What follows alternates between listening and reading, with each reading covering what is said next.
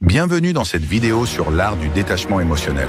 Aujourd'hui, nous allons découvrir comment vous pouvez appliquer les techniques stoïciennes pour vous libérer des attachements négatifs et reprendre le contrôle de vos émotions, que ce soit dans vos relations, vos possessions ou même face aux événements de la vie. Premier, le principe du contrôle. La première leçon du stoïcisme est de comprendre la dichotomie du contrôle.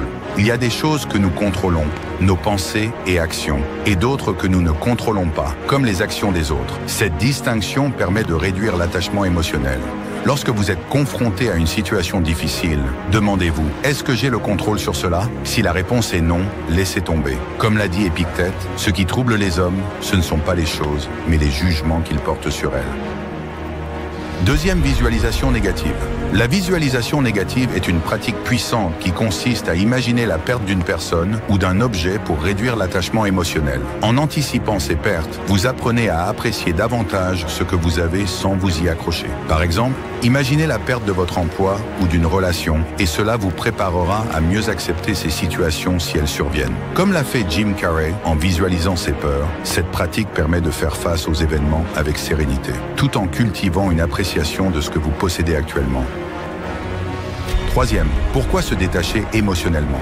Se détacher émotionnellement permet de reprendre le contrôle sur sa vie. Beaucoup cherchent à se détacher pour cesser d'être gouvernés par leurs émotions, éviter le stress et la souffrance inutile, et mieux se concentrer sur ce qui est important. Par exemple, dans une relation toxique, se détacher émotionnellement vous permet de ne plus être dépendant des émotions négatives de l'autre. Le détachement vous donne aussi plus de clarté mentale pour prendre des décisions rationnelles et améliorer votre bien-être. Les raisons les plus courantes incluent le désir d'éviter la souffrance émotionnelle liée aux pertes, le besoin de préserver son énergie mentale et l'envie de ne plus dépendre des événements externes pour trouver le bonheur. Le stoïcien Marc Aurèle a dit « Le bonheur de ta vie dépend de la qualité de tes pensées ». Quatrième, construire son fort intérieur. Le stoïcisme enseigne à bâtir un fort intérieur, un espace de paix où vous pouvez vous réfugier face aux tempêtes émotionnelles. Observez vos émotions sans réagir immédiatement, en prenant un moment pour respirer et réfléchir. Cela vous permet de répondre aux situations plutôt que de réagir instinctivement. Imaginez être dans une situation conflictuelle au travail. Au lieu de céder à la colère, retournez dans votre fort intérieur. Comme l'a dit Ryan Holiday, vous avez plus de pouvoir sur vos pensées que vous ne le pensez. C'est un outil puissant pour renforcer votre tranquillité intérieure. Cinquième technique pratique, pleine conscience et pause réflexive. Pratiquer la pleine conscience est une technique simple mais puissante pour le détachement émotionnel. Il s'agit d'être pleinement présent dans le moment, sans juger ou s'attacher à vos pensées et émotions. En observant vos émotions comme des nuages qui passent, vous les laissez aller sans qu'elles vous définissent. La pause réflexive est une autre technique efficace. Lorsque vous ressentez une émotion intense, prenez un moment pour respirer avant de réagir. Cette simple pause vous permet de reprendre le contrôle et de répondre de manière réfléchie. Ces techniques sont essentielles pour éviter les réactions impulsives et maintenir votre calme face aux événements. Sixième, définir des limites émotionnelles. Définir des limites émotionnelles est crucial pour se protéger et maintenir son énergie. Cela signifie apprendre à dire non, à éviter les drames inutiles et à ne pas laisser les émotions des autres vous affecter. Comme l'a dit Dwayne The Rock Johnson, vous ne pouvez pas toujours contrôler les événements de la vie, mais vous pouvez contrôler comment vous y répondez. Ne vous laissez pas entraîner dans les tempêtes émotionnelles des autres. En posant des limites claires, vous renforcez votre propre sérénité. 7. Exemple de détachement émotionnel dans la vie quotidienne. Le détachement émotionnel peut s'appliquer dans de nombreux aspects de la vie. Par exemple, après la fin d'une relation, plutôt que de s'accrocher à ce qui était, il faut accepter la réalité et imaginer un avenir sans cette personne. Le détachement des possessions matérielles est également un pilier du stoïcisme. Keanu Reeves, malgré sa fortune, incarne ce principe en vivant simplement, détaché des biens matériels. Cela démontre qu'il est possible de vivre dans la sérénité en ne laissant pas les possessions vous posséder. Le détachement émotionnel, ce n'est pas se couper de ses émotions, mais apprendre à les maîtriser. En pratiquant la pleine conscience, la pause réflexive et en construisant un fort intérieur, vous pouvez naviguer à travers la vie avec plus de paix et de résilience. Bienvenue sur Alpha Round. Aujourd'hui, nous allons explorer ensemble 10 choses que les sages recommandent d'éviter à tout prix pour réussir dans la vie. Des leçons intemporelles des plus grands philosophes et penseurs du monde. Nous allons tisser un lien entre la sagesse antique et moderne. Ces leçons ont traversé les siècles et sont toujours aussi pertinentes aujourd'hui. Alors, prépare-toi à apprendre comment éviter ces erreurs pour t'assurer une vie meilleure.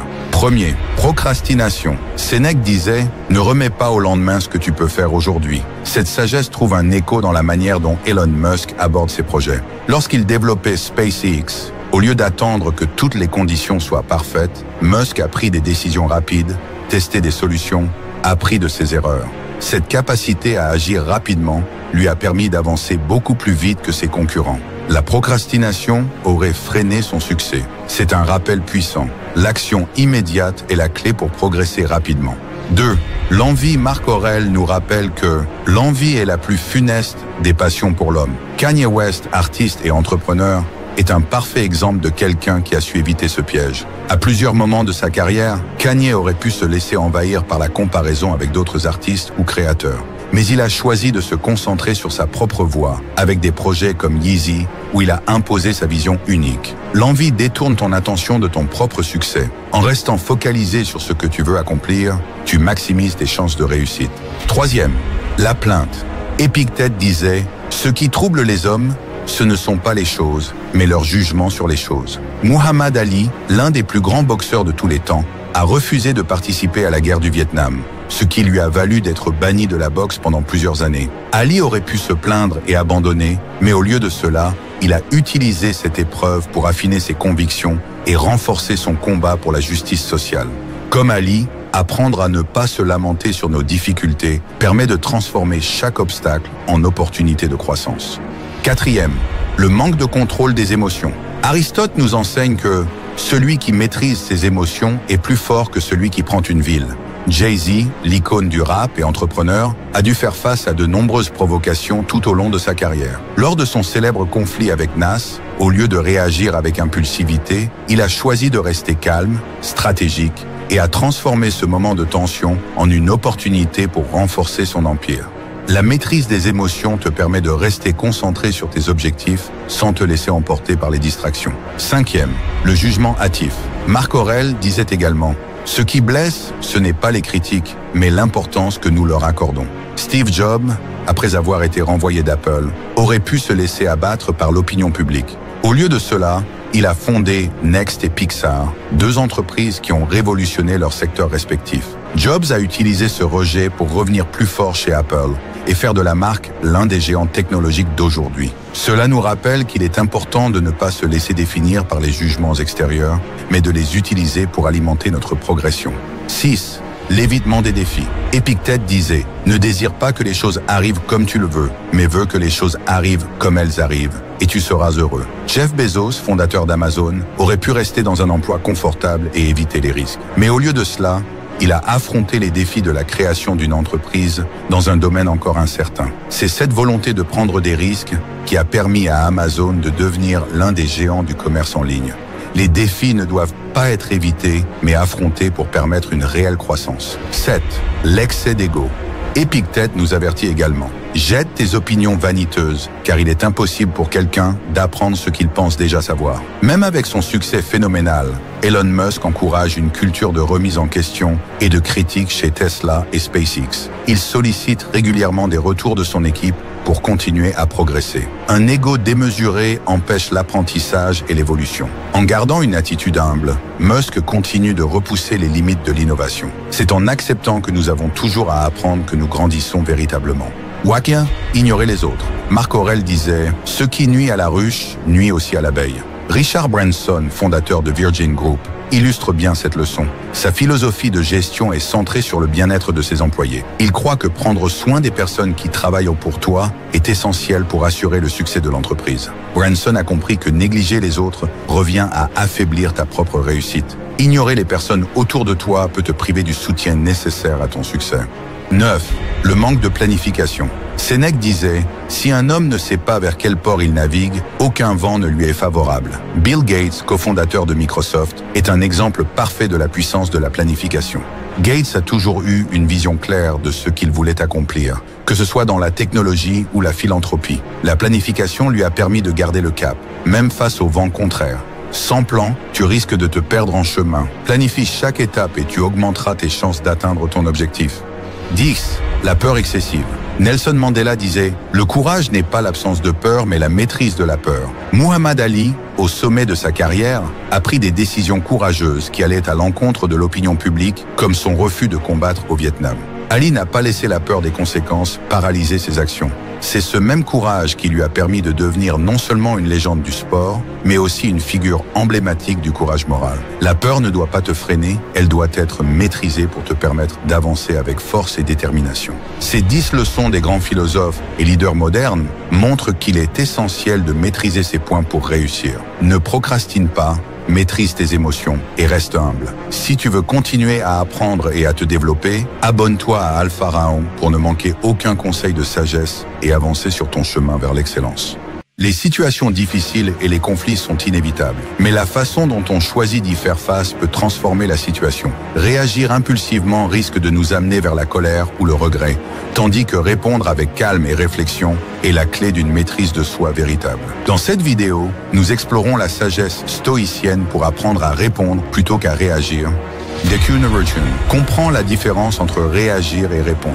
Les stoïciens enseignaient que la réaction impulsive est souvent motivée par nos émotions, tandis que la réponse est un choix conscient et réfléchi. Épictète nous rappelle: ce ne sont pas les événements qui nous troublent, mais notre jugement sur eux. Par exemple, si quelqu'un te critique violemment, ta réaction naturelle pourrait être de riposter sur le même ton. Mais si tu prends un moment pour réfléchir, tu as le choix de répondre calmement et de désamorcer la situation. Répondre te donne le pouvoir de contrôler la situation, tandis que réagir te laisse à la merci de tes émotions. 2.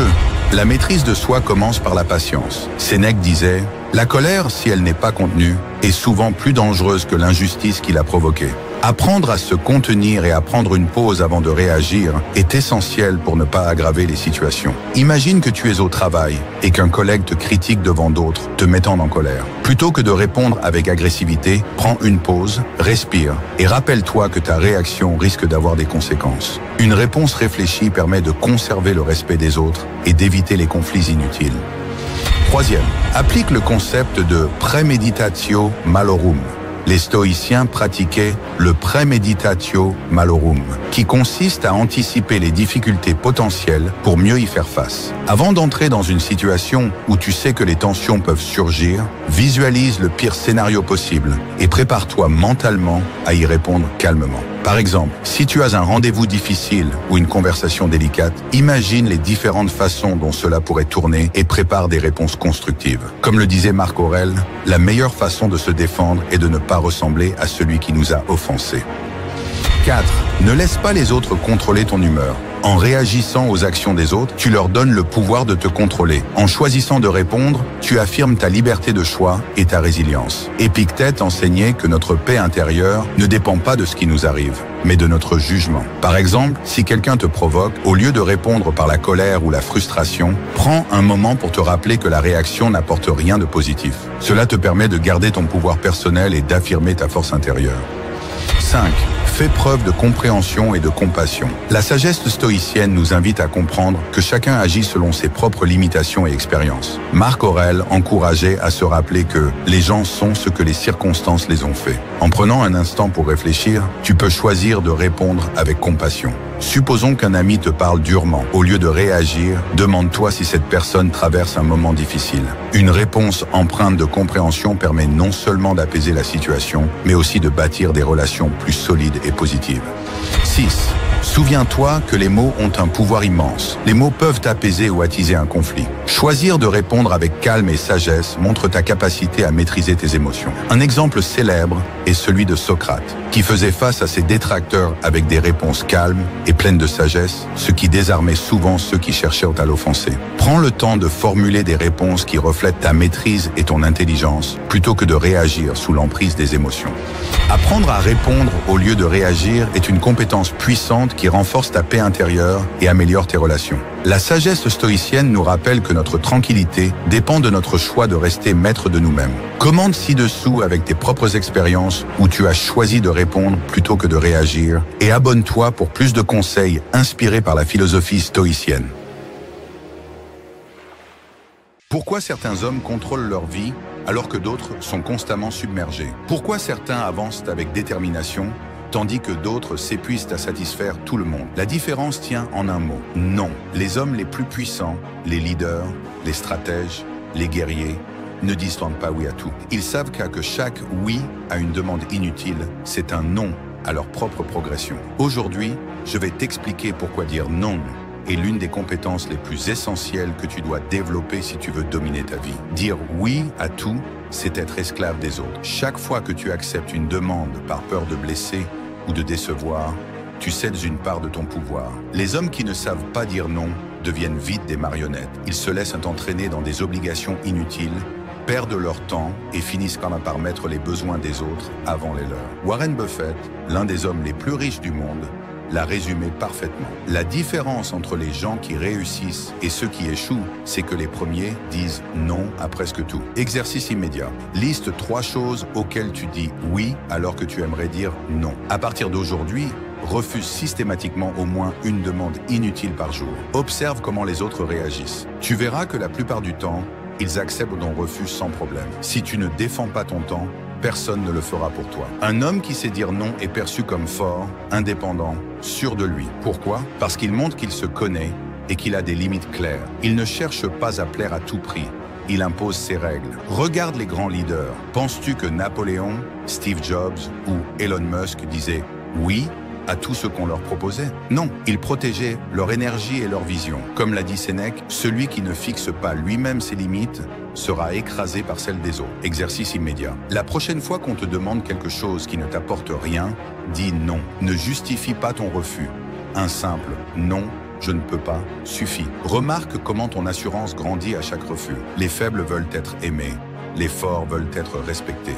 Dire non, c'est reprendre le contrôle de son temps. Nous avons tous 24 heures dans une journée. Ce qui fait la différence, c'est comment on les utilise. Si tu passes ton temps à satisfaire les besoins des autres, tu n'auras jamais le temps d'investir dans ce qui est vraiment important pour toi. Les hommes puissants savent que chaque minute est précieuse. Ils disent non aux distractions, non aux pertes de temps, non aux engagements inutiles. Comme l'a dit Bruce Lee, ce n'est pas l'augmentation quotidienne qui compte, mais la diminution quotidienne. Élimine ce qui n'est pas essentiel. Exercice immédiat. Pendant une semaine, analyse comment tu utilises ton temps. Élimine une activité inutile chaque jour. Réserve du temps exclusivement pour toi sans interruption. Tu verras que plus tu dis non aux choses inutiles, plus tu avances vite. Dire non ne fait pas de toi une mauvaise personne. Beaucoup hésitent à dire non par peur de blesser les autres ou de paraître égoïste. Mais voici la vérité. Refuser quelque chose qui ne te convient pas, ce n'est pas être égoïste, c'est être intelligent. Les gens respectent ceux qui ont des limites claires. Si quelqu'un se vexe parce que tu as dit non, c'est que cette personne ne respecte pas ton temps et ton énergie. Comme l'a dit Épictète, ne perds pas ton temps à plaire aux autres si cela signifie te trahir toi-même. Exercice immédiat. Arrête de t'excuser lorsque tu refuses quelque chose. Remplace « je suis désolé » par « je ne peux pas ». Merci de comprendre. Observe comment les gens finissent par accepter tes décisions sans problème. Un homme fort n'a pas besoin de justifier ses choix. La maîtrise du non, c'est la clé de la liberté. Dire non, c'est reprendre le contrôle de sa vie. Les hommes faibles se laissent guider par les attentes des autres. Les hommes puissants suivent leur propre chemin. Regarde les moines Shaolin, les guerriers spartiates, les entrepreneurs visionnaires. Ils éliminent tout ce qui les éloigne de leur mission. Comme l'a dit Steve Jobs, se concentrer, ce n'est pas dire oui, c'est dire non à 1000 autres choses. Exercice immédiat. Identifie une habitude toxique ou une distraction qui te ralentit. Dis non à cette habitude dès aujourd'hui. Observe comment ton esprit devient plus clair et ton temps plus productif. La vraie puissance commence quand tu prends le contrôle de tes décisions. Dire non est un super pouvoir. Les leaders, les hommes influents, ceux qui réussissent, ne disent pas oui à tout. Ils filtrent, ils sélectionnent, ils imposent leurs propres règles. Ne cherche pas à plaire à tout le monde. Cherche à respecter ton propre temps. Ne crains pas de refuser ce qui ne te sert pas. Chaque non bien placé est un pas de plus vers la maîtrise de ta vie. Dis-moi en commentaire, à quoi vas-tu dire non dès aujourd'hui? La plupart des gens ne sont pas retenus par des obstacles extérieurs, mais par leurs propres croyances. Ce ne sont pas les circonstances qui t'empêchent d'avancer, ce ne sont pas les autres, ce n'est pas la malchance, c'est ce que tu crois être vrai. Un esclave enchaîné par ses propres pensées ne verra jamais la sortie, même si la porte est grande ouverte. Si tu veux avancer, tu dois d'abord briser ces illusions qui t'empêchent de progresser. Aujourd'hui, je vais te montrer les 5 croyances qui te maintiennent faible et comment les remplacer immédiatement. Je n'ai pas de talent, donc je ne réussirai jamais. C'est probablement l'un des plus grands mensonges de notre époque. Beaucoup croient que le succès dépend d'un don inné, comme si certains naissaient avec une carte VIP vers la réussite. La réalité est bien différente. Michael Jordan n'était pas le meilleur joueur de basket au lycée. Arnold Schwarzenegger n'avait pas un physique naturellement hors du commun. Ils ont travaillé comme des machines. Comme l'a dit Will Smith, je n'ai jamais été le plus talentueux, mais personne ne m'a jamais surpassé en travail. Remplace cette croyance par « le talent n'est qu'un point de départ, c'est la discipline qui fait la différence ». Application immédiate. Arrête de chercher des excuses sur tes capacités. Fixe un objectif et travaille dessus chaque jour, sans exception. Si tu échoues, apprends et recommence. Le talent ne sert à rien sans travail. Le travail, lui, finit toujours par créer du talent. Je vais attendre le bon moment. Le bon moment n'existe pas. Combien de fois as-tu entendu quelqu'un dire « Je vais commencer quand j'aurai plus de temps. J'attends d'avoir plus d'argent. Je me lancerai quand je serai prêt. » La vérité, ceux qui réussissent commencent avec rien. Regarde Elon Musk. Il a mis tout son argent dans ses entreprises, prenant des risques insensés. S'il avait attendu, il n'aurait jamais construit Tesla ou SpaceX. Comme l'a dit Napoléon, l'action a toujours raison sur l'inaction. Remplace cette croyance par « le meilleur moment pour commencer, c'est maintenant ». Application immédiate. Prends un projet que tu reportes et commence une première action dès aujourd'hui. Arrête d'attendre que tout soit parfait. Apprends en avançant. Chaque jour perdu est un jour en moins pour progresser. J'ai déjà échoué, donc je ne réussirai jamais. Beaucoup de gens prennent un échec comme une preuve qu'ils ne sont pas faits pour réussir. Erreur fatale. Le succès est construit sur une montagne d'échecs. Tous les plus grands leaders ont échoué plus que n'importe qui d'autre. Regarde Thomas Edison. Il a échoué plus de 10 000 fois avant d'inventer l'ampoule électrique. Regarde J.K. Rowling. Elle a été rejetée par 12 maisons d'édition avant que Harry Potter ne devienne un succès mondial. Comme l'a dit Nelson Mandela, je ne perds jamais. Soit je gagne, soit j'apprends. Remplace cette croyance par l'échec n'est qu'une information, un feedback pour ajuster ta stratégie. Application immédiate. Fais une liste de tes derniers échecs et analyse ce que tu peux en tirer. Adopte la mentalité des gagnants. Chaque échec te rapproche d'une victoire. Rappelle-toi, tu n'as pas échoué tant que tu continues à avancer. Je ne peux pas changer, c'est ma nature. Les gens aiment penser qu'ils sont figés, que leur personnalité et leurs compétences sont écrites dans la pierre. C'est faux, la science l'a prouvé. Ton cerveau est plastique, il peut changer, évoluer, s'adapter. Si tu crois que tu es timide, que tu es mauvais en affaires, que tu n'es pas fait pour la réussite, c'est uniquement parce que tu as accepté cette idée comme une vérité. Comme l'a dit Bruce Lee, sois comme l'eau, adapte-toi, évolue, transforme-toi. Remplace cette croyance par « je suis en constante évolution et je peux me réinventer à tout moment ». Application immédiate. Choisis une compétence que tu pensais ne jamais pouvoir maîtriser et commence à l'apprendre. Entoure-toi de gens qui croient au changement et à la progression. Ne t'accroche pas à une identité figée. Change et deviens meilleur. Le succès, c'est pour les autres, pas pour moi. C'est peut-être la croyance la plus destructrice. Beaucoup de gens regardent ceux qui réussissent et se disent « ce n'est pas pour moi », comme s'ils appartenaient à un autre monde. La vérité, chaque personne qui réussit a commencé quelque part. Ils n'étaient pas spéciaux.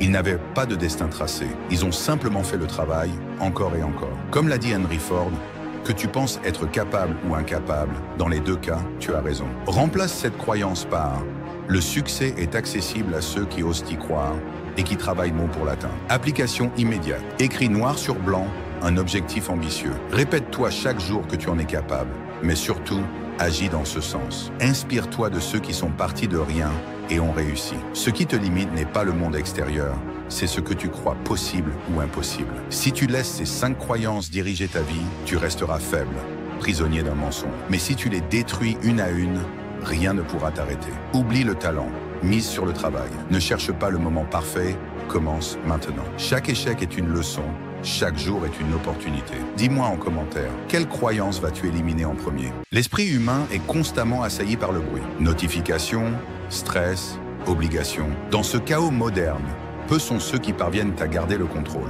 Pourtant, les élites, dirigeants, artistes, stratèges, combattants ont une arme secrète que la plupart ignorent, la méditation. Certains y voient une mode, une pratique spirituelle réservée aux moines bouddhistes. Ils se trompent.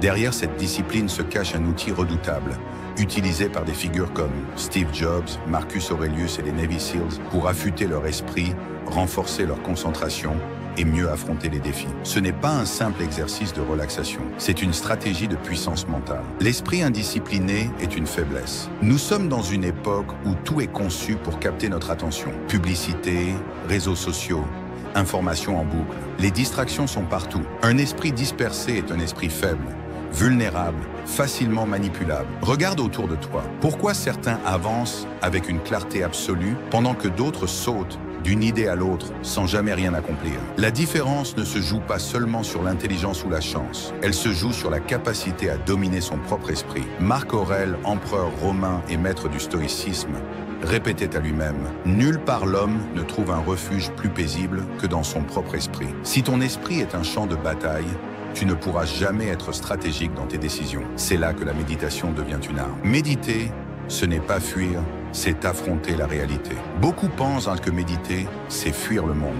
C'est faux. Les plus grands guerriers, rois et stratèges de l'histoire, ne se sont pas retirés du monde pour méditer. Ils ont médité pour mieux affronter le monde. Les samouraïs pratiquaient le Zanshin, un état d'hyperconscience leur permettant de réagir en une fraction de seconde. Les Navy Seals s'entraînent à des techniques de méditation pour maîtriser leur souffle sous une pression extrême. Comme l'a dit Sun Tzu, si ton esprit est troublé avant le combat, tu es déjà vaincu. La méditation n'est pas une évasion, c'est un entraînement. Elle renforce la capacité à rester calme dans l'adversité, à observer sans réagir impulsivement, à voir la vérité sans être aveuglé par ses émotions. Le silence intérieur, un luxe des hommes puissants. Les faibles parlent trop, les forts savent écouter, observer et attendre le bon moment pour agir. Quand tu maîtrises ton esprit, tu ne réagis plus de manière impulsive. Tu observes, tu anticipes, tu laisses les autres s'agiter pendant que toi, tu restes immobile comme une montagne, prêt à frapper au bon moment. Sénèque écrivait « Celui qui apprend à être seul avec lui-même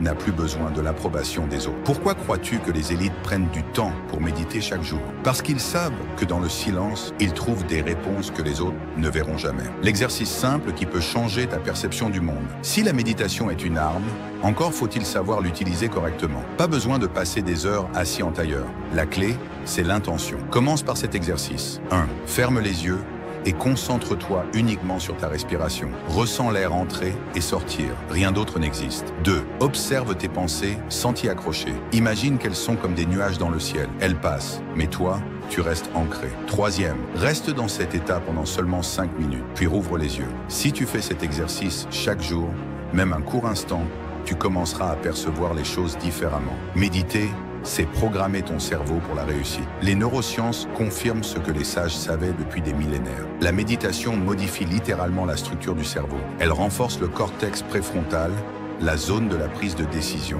tout en réduisant l'amygdale, le centre de la peur et du stress. En d'autres termes, méditer te rend plus rationnel, plus stable, plus fort mentalement. Regarde des hommes comme Steve Jobs, un pionnier de la technologie, qui méditait chaque matin avant de prendre les décisions les plus stratégiques d'Apple. Il savait que la clarté mentale est une arme que peu possèdent. Les élites ne méditent pas pour se détendre, elles méditent pour dominer. Ceux qui maîtrisent leur esprit dominent ceux qui laissent le chaos intérieur dicter leurs actions. La méditation, bien plus qu'une simple pratique de bien-être, est un entraînement de puissance mentale que peu sont capables d'adopter. Apprends à calmer ton esprit et tu verras ce que les autres ne perçoivent pas. Apprends à contrôler ta respiration et plus rien ne pourra te déstabiliser. Adopte cette discipline et tu comprendras pourquoi ceux qui règnent sur le monde méditent chaque jour. Dis-moi en commentaire, combien de minutes vas-tu consacrer à cet entraînement mental dès aujourd'hui? Marc Aurèle nous enseigne que la clé d'une vie paisible, c'est de s'en foutre des jugements extérieurs et des difficultés. La vie est pleine d'obstacles, mais ce qui compte, c'est comment tu y réagis. Aujourd'hui, on va explorer l'art du détachement stoïcien et comment rester imperturbable face à la douleur ou aux critiques des autres. 1. Accepte ce que tu ne contrôles pas. Marc Aurèle disait « Accepte tout ce qui t'arrive, même les épreuves les plus dures. » La vie nous apporte des défis, mais passer du temps à se soucier de ce que nous ne contrôlons pas est une perte d'énergie. Il est inutile de se focaliser sur les critiques des autres, les événements imprévus ou les injustices. Ce que tu contrôles, c'est ton attitude face à ces événements. En adoptant un détachement émotionnel, tu te libères du stress inutile et de l'anxiété qui viennent de la quête de validation extérieure. Ta paix intérieure doit être imperméable aux influences externes. 2. Ne cherche pas l'approbation des autres. Le bonheur de ta vie dépend de la qualité de tes pensées. Si tu te préoccupes trop de ce que pensent les autres, tu deviens esclave de leurs opinions. La vérité, c'est que tu n'as pas besoin de leur approbation. Marc Aurèle nous rappelle que l'opinion des autres n'a aucun pouvoir sur notre paix intérieure, à moins que nous ne lui en donnions. Fais ce qui est juste selon tes propres valeurs et laisse les jugements glisser. Lorsque tu t'en fiches de ce que les autres pensent, tu deviens libre, fort et inébranlable. Cela ne signifie pas ignorer complètement le monde, mais de savoir ce qui mérite ton attention.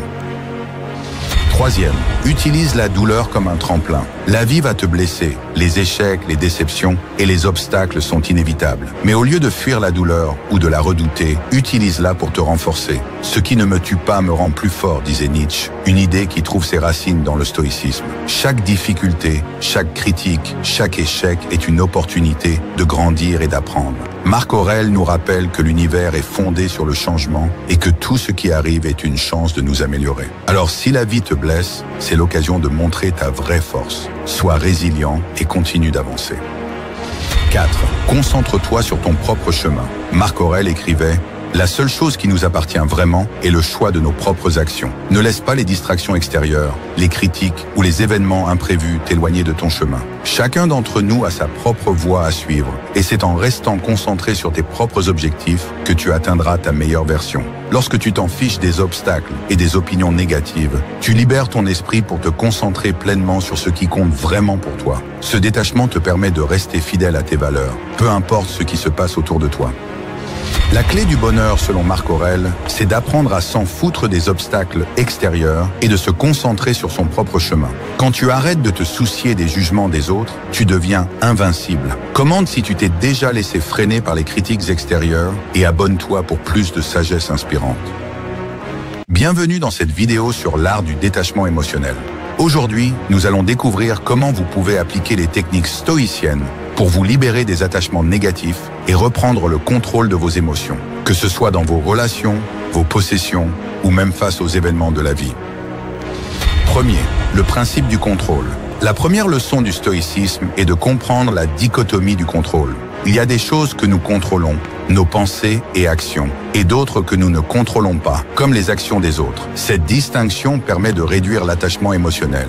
Lorsque vous êtes confronté à une situation difficile, demandez-vous, est-ce que j'ai le contrôle sur cela? Si la réponse est non, laissez tomber. Comme l'a dit Épictète, ce qui trouble les hommes, ce ne sont pas les choses, mais les jugements qu'ils portent sur elles.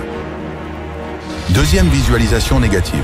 La visualisation négative est une pratique puissante qui consiste à imaginer la perte d'une personne ou d'un objet pour réduire l'attachement émotionnel. En anticipant ces pertes, vous apprenez à apprécier davantage ce que vous avez sans vous y accrocher. Par exemple, imaginez la perte de votre emploi ou d'une relation et cela vous préparera à mieux accepter ces situations si elles surviennent. Comme l'a fait Jim Carrey en visualisant ses peurs, cette pratique permet de faire face aux événements avec sérénité, tout en cultivant une appréciation de ce que vous possédez actuellement. Troisième, pourquoi se détacher émotionnellement? Se détacher émotionnellement permet de reprendre le contrôle sur sa vie. Beaucoup cherchent à se détacher pour cesser d'être gouvernés par leurs émotions, éviter le stress et la souffrance inutile, et mieux se concentrer sur ce qui est important. Par exemple, dans une relation toxique, se détacher émotionnellement vous permet de ne plus être dépendant des émotions négatives de l'autre. Le détachement vous donne aussi plus de clarté mentale pour prendre des décisions rationnelles et améliorer votre bien-être. Les raisons les plus courantes incluent le désir d'éviter la souffrance émotionnelle liée aux pertes, le besoin de préserver son énergie mentale et l'envie de ne plus dépendre des événements externes pour trouver le bonheur. Le stoïcien Marc Aurèle a dit « Le bonheur de ta vie dépend de la qualité de tes pensées ». Quatrième, construire son fort intérieur. Le stoïcisme enseigne à bâtir un fort intérieur, un espace de paix où vous pouvez vous réfugier face aux tempêtes émotionnelles. Observez vos émotions sans réagir immédiatement, en prenant un moment pour respirer et réfléchir. Cela vous permet de répondre aux situations plutôt que de réagir instinctivement. Imaginez être dans une situation conflictuelle au travail. Au lieu de céder à la colère, retournez dans votre fort intérieur. Comme l'a dit Ryan Holiday, vous avez plus de pouvoir sur vos pensées que vous ne le pensez. C'est un outil puissant pour renforcer votre tranquillité intérieure. 5e technique pratique, pleine conscience et pause réflexive. Pratiquer la pleine conscience est une technique simple mais puissante pour le détachement émotionnel. Il s'agit d'être pleinement présent dans le moment, sans juger ou s'attacher à vos pensées et émotions. En observant vos émotions comme des nuages qui passent, vous les laissez aller sans qu'elles vous définissent. La pause réflexive est une autre technique efficace. Lorsque vous ressentez une émotion intense, prenez un moment pour respirer avant de réagir. Cette simple pause vous permet de reprendre le contrôle et de répondre de manière réfléchie. Ces techniques sont essentielles pour éviter les réactions impulsives et maintenir votre calme face aux événements. 6e, définir des limites émotionnelles. Définir des limites émotionnelles est crucial pour se protéger et maintenir son énergie. Cela signifie apprendre à dire non, à éviter les drames inutiles et à ne pas laisser les émotions des autres vous affecter. Comme l'a dit Dwayne The Rock Johnson, vous ne pouvez pas toujours contrôler les événements de la vie, mais vous pouvez contrôler comment vous y répondez. Ne vous laissez pas entraîner dans les tempêtes émotionnelles des autres. En posant des limites claires, vous renforcez votre propre sérénité. 7. Exemple de détachement émotionnel dans la vie quotidienne. Le détachement émotionnel peut s'appliquer dans de nombreux aspects de la vie. Par exemple, après la fin d'une relation, plutôt que de s'accrocher à ce qui était, il faut accepter la réalité et imaginer un avenir sans cette personne. Le détachement des possessions matérielles est également un pilier du stoïcisme. Keanu Reeves, malgré sa fortune, incarne ce principe en vivant simplement, détaché des biens matériels. Cela démontre qu'il est possible de vivre dans la sérénité en ne laissant pas les possessions vous posséder. Le détachement émotionnel, ce n'est pas se couper de ses émotions, mais apprendre à les maîtriser. En pratiquant la pleine conscience, la pause réflexive et en construisant un fort intérieur, vous pouvez naviguer à travers la vie avec plus de paix et de résilience. Il y a des moments dans la vie où tu dois disparaître. Arrête de chercher l'approbation des autres, déconnecte-toi, coupe tout. Pendant 1 mois, 2 mois ou même 3 mois, consacre-toi à une seule chose, toi-même. Le moment est venu de te ressourcer, de travailler, de t'améliorer et de réapparaître plus fort que jamais. Premier, pourquoi disparaître et se focaliser sur soi? Avant de disparaître, il est essentiel de définir un objectif précis. Visualise clairement ce que tu souhaites atteindre avant de te retirer du monde. Fixe-toi un but qui te motive, un objectif qui te poussera à avancer même dans les moments les plus difficiles. Disparaître avec un objectif en tête te permettra de canaliser ton énergie et de concentrer tous tes efforts sur cette mission. Utilise la discipline et une planification rigoureuse pour tout mettre en œuvre afin d'atteindre cet objectif avant de réapparaître. Les réseaux sociaux te maintiennent dans un état constant de distraction. Chaque notification, chaque like te vole un peu de ton temps et de ta concentration. Imagine ce que tu pourrais accomplir si tu utilisais ce temps pour travailler sur toi. Mohamed Ali a dit: je détestais chaque minute d'entraînement, mais je me disais, souffre maintenant et vis le reste de ta vie comme un champion. Ce que tu dois comprendre, c'est que ce n'est pas dans le regard des autres que tu vas trouver ta force. C'est dans l'isolement, dans le silence que tu vas pouvoir la cultiver. Supprime les applications, coupe les notifications, mets-toi en mode avion. Laisse le monde tourner sans toi. Tu n'as pas besoin de la validation des autres, tu n'as besoin que de la tienne. Disparaître pendant 1 mois te permettra de te recentrer, de redéfinir tes objectifs et de te lancer dans une transformation personnelle profonde. 2. Utiliser ce temps pour se former et se ressourcer. Maintenant que tu as disparu, le vrai travail commence. Tu as 1 mois devant toi, 1 mois pour te réinventer. Ce n'est pas un temps de repos, c'est un temps de construction. Pendant que les autres sont distraits par les notifications et les discussions inutiles, toi, tu es en train de bâtir. Kobe Bryant disait « Je suis prêt à tout sacrifier pour être meilleur que ce que je suis maintenant ». Ce mois, c'est l'occasion d'apprendre de nouvelles compétences. Entraîne ton corps et ton esprit comme jamais auparavant. Lis des livres que tu as toujours voulu lire, fais de la méditation pour renforcer ta concentration, va à la salle de sport chaque matin pour sculpter ton corps. Nikola Tesla, connu pour son génie créatif, passait des mois en isolement, à travailler sur ses inventions loin des distractions sociales. C'est ce que tu dois faire. Programme ton corps. Fais du sport intensément. Mets-toi un objectif physique. Course à pied, musculation, boxe. Pousse tes limites. Chaque goutte de sueur est une preuve que tu avances. Alimente ton esprit. Utilise ce temps pour te former. Inscris-toi à des cours en ligne. Apprends de nouvelles compétences. Warren Buffett passe 80% de son temps à lire. Le savoir, c'est ta plus grande arme. Renforce ta discipline. Supprime les distractions de ta vie. Crée une routine stricte. Pas de place pour les excuses. En prenant du recul, tu pourras mieux organiser ta vie, mieux planifier ton futur. La discipline, c'est ce qui te mènera au succès. Ressource-toi spirituellement. Utilise ce mois pour réfléchir à ce qui est vraiment important pour toi. Médite, marche dans la nature, éloigne-toi du chaos pour entendre tes pensées. Comme le disait Bruce Lee, absorbe ce qui est utile, rejette ce qui ne l'est pas, ajoute ce qui t'est propre. C'est le moment d'écouter ta propre voix. Tu reviendras en meilleure forme mentale, physique et émotionnelle. Tu n'auras pas seulement changé, tu seras irréversiblement transformé. Troisième, revenir plus fort. L'importance de se retirer.